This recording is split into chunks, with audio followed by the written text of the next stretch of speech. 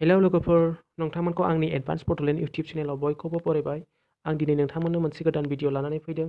जाय बिथांमोना क्लास 10 आरो क्लास 8 पास जाबाय, बिथांमोना बेखौ एप्लाइ खालामनो हागोन। स्पेसियेलि आइजोफोरनि थाखाय जोबोद पस्ट दङ, बेखौ एप्लाइ खालामनो हागोन। नोंथांमोना बोरै एप्लाइ खालामनांगौ, मा डकुमेन्ट्स नांगौ, आं बिनि सोमोन्दै भिडिअनि गेजेरजों नोंथांमोननो खोन्थागोन आरो अबेहाय साबमिट मालानिफ्राय माला बेखौ आं नोंथांमोननो खोन्थागोन। नोंथांमोना भिडिअखौ जागायनायनिफ्राय जोबजासे नायलांबाय था। माबाफोर बुजियाबा भिडिअनि कमेन्ट सेक्सनाव थांनानै कमेन्ट खालामहर आरो भिडिअखौ लाइक खालाम, चेनेलखौबो साबस्क्राइब खालाम। भिडिअखौ जागायनायनि सिगां आंनि नोंथांनिसिम मोनसे रिक्वेस्ट, जुदि नोंथाङा आंनि एडभान्स बड'लेण्ड इउटिउब चेनेलाव दिनैसो गोदान बोरैबाफोर नायसननो बायदोंबा अन्नानै आंनि एडभान्स बड'लेण्ड इउटिउब चेनेलखौ साबस्क्राइब खालाम। साबस्क्राइब खालामनो थाखाय बेयाव साबस्क्राइब बटन नुखागोन, लोगोसे साइडआव बेल आइकन फैबा बेलाव थुनानै अलाव होनानै ला, जाहाथे आं बिदिनो गोदान साख्रिफोरनि आपडेट, स्कलारशिपफोरनि आपडेट आरो जायखिजाया स्किमफोरनि आपडेटफोरनि भिडिअ हगारोबा नोंथांमोना गिबिसिन नुनो हायो। बिदिनो आंनो गोबां भिडिअ हगारनाय दं, नोंथांमोना बिसोरखौबो नायनो हागोन। थ' जों दानिया भिडिअखौ जागायदिनि। बेयो अफिसियेल नटिफिकेसन, नोंथांमोना बे PDF फाइलाव नायनो हागोन। बेयाव नुदों नोंथांमोना अफिस अफ द डिस्ट्रिक्ट मिशन कअर्डिनेटर असम सर्व शिक्षा अभियान मिशननिफ्राय बे नटिफिकेसन एबा सार्कुलारखौ हगारदों। नोंथांमोना बेखौ अफलाइन एप्लाइ खालामनो हागोन। बियो माब्लानिफ्राय माब्लासिम आरो बेखौ एप्लाइ खालामनो थाखाय मा डकुमेन्ट्स नांगौ आरो अबाहाय साबमिट होनांगौ फर्मखौ, आं बिनि सोमोन्दै नोंथांमोननो भिडिअनि गेजेरजों फारि खोन्थागोन। नोंथांमोना भिडिअखौ जागायनायनिफ्राय जोबजासे दाना लायासैनो नायलांबाय था, नङाबा दानानै नायोबा नोंथांमोना बुजिनाय नङा। ओंखायनो नोंथांमोना दाना लासे नाय, आं नोंथांमोननो फारि खोन्थागोन। बेयाव नोंथांमोना नुदों एडभार्टाइजमेन्ट सर्व शिक्षा अभियान मिशन, बे धुबरी डिस्ट्रिक्टआव बे सार्कुलारखौ हगारदों धुबरी डिस्ट्रिक्टनिफ्राय। बेयाव माखासे पस्ट खालि जानानै दं, नोंथांमोना बेखौ एप्लाइ खालामनो हागोन। धुबरी डिस्ट्रिक्टआ बांद्राय जोंनिफ्राय गोजान नंखाया, बङाइगाव डिस्ट्रिक्ट बारबानो मोनो। गवालपारा आरो बङाइगाव डिस्ट्रिक्टजों नांजाबखानायखा। बङाइगाव अबायपुरि बारनानै सालमारा होननाय मोनसे जायगा दं, बेखौ बारबानो धुबरी डिस्ट्रिक्ट मोनो। नोंथांमोना बेखौ एप्लाइ खालामनो हागोन।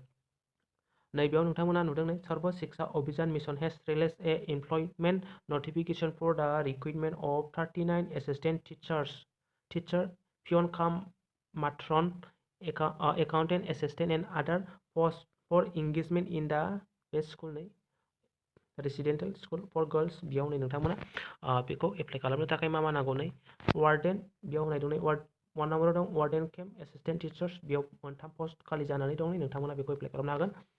बेखौ एप्लाइ खालामनो थाखाय मा बेसेबां पास जानाय जानांगोन, बेयाव नोंथांमोना नुदों इसेन्शियेल होनाय दं। बेयाव ग्रेजुवेट इन आर्ट्स, साइन्स, आर्ट्सनिफ्राय नङाबा साइन्सनिफ्राय ग्रेजुवेट जानाय जानांगोन, माने BA पास BSc पास जानाय जानांगोन। बेयाव आरो लोगोसे टेट पास जानाय जानांगोन। नोंथांमोना बेखौ एप्लाइ खालामनो हायाबा बे टेट एरि एबा बेयाव मा दं बेखौ एप्लाइ खालामनो थाखाय टेट एरि पास जानाय जानांगौ। गाहायाव नोंथांमोना क्लास 8 पासनि टेट नांलायलायिफोरबो दङ, नोंथांमोना बेखौनो आं खोन्थागोन। बेयाव नोंथांमोना आं बिनि PDF लिंकखौ भिडिअनि डिसक्रिपसनाव होखागोन, नोंथांमोना नायनो हागोन। बेयाव नोंथांमोना क्लास 8निखौ पास खालामनोबा गाहायाव बोख्लायथर, बेयाव बोख्लायनानै नोंथांमोना बेयाव मेरला पस्ट दं, स्पेसियेलि गार्ल्सफोरनि थाखाय जोबोद मोजां। बियो माने गार्ल्स वमेनफोरनि थाखाय रिजार्भेसन दंजोबो। नोंथांमोना बेखौ एप्लाइ खालामनो हागोन। जुदि नोंथांमोना टेट पास B.Ed पास बा नोंथांमोननि थाखाय जोबोद गोजोनथाव खौरां, नोंथांमोना एप्लाइ खालामनो हागोन। बेयाव 8 पासनिया गाहायाव बोख्लायथारनानै नोंथांमोना नायनो हागोन।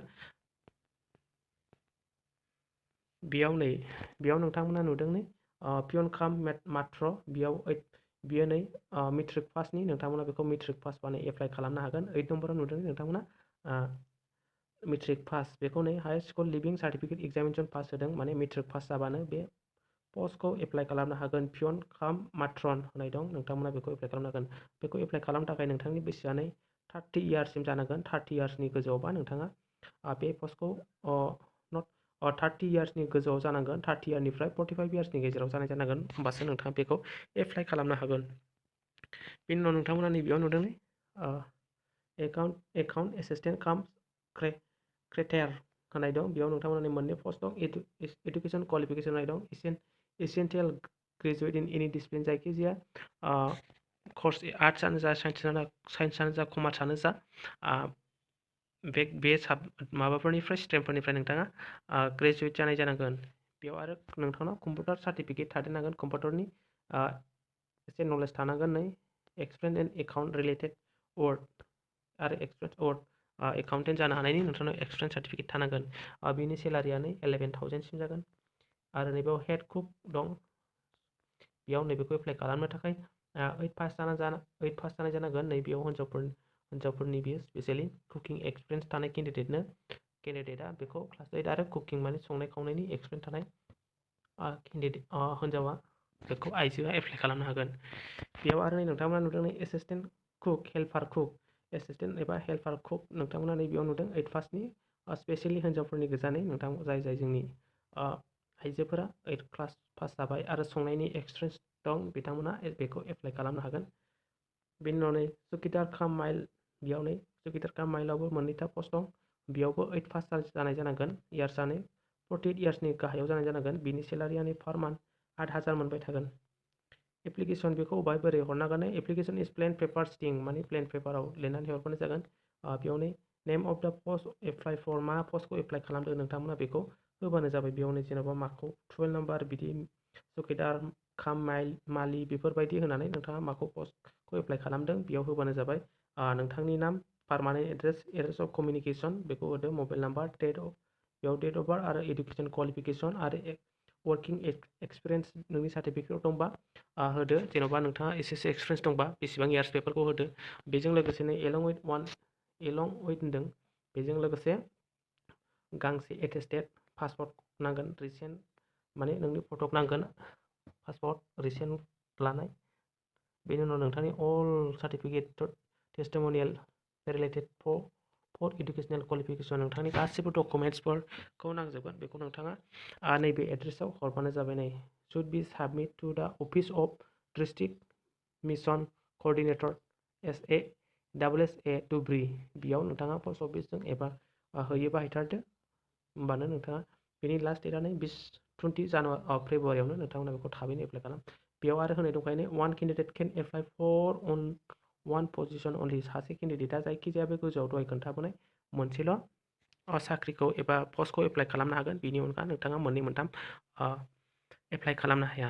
भिडिअखौ बुजियाखैबा आं कमेन्ट सेक्सनाव थांनानै कमेन्ट खालामहर, आं नोंथांमोनखौ हानायमानिखौ हेल्प खालामगोन। आरो आं नोंथांमोननो बे PDF नि फाइलनि लिंकखौ नोंथांमोननो भिडिअनि डिसक्रिपसनाव होगोन। नोंथांमोनहा बुजियाखैबा बेखौ नायनानैबो बुजिनो हागोन। दिनैनि भिडिअ एसेनोसै, थेंक इउ।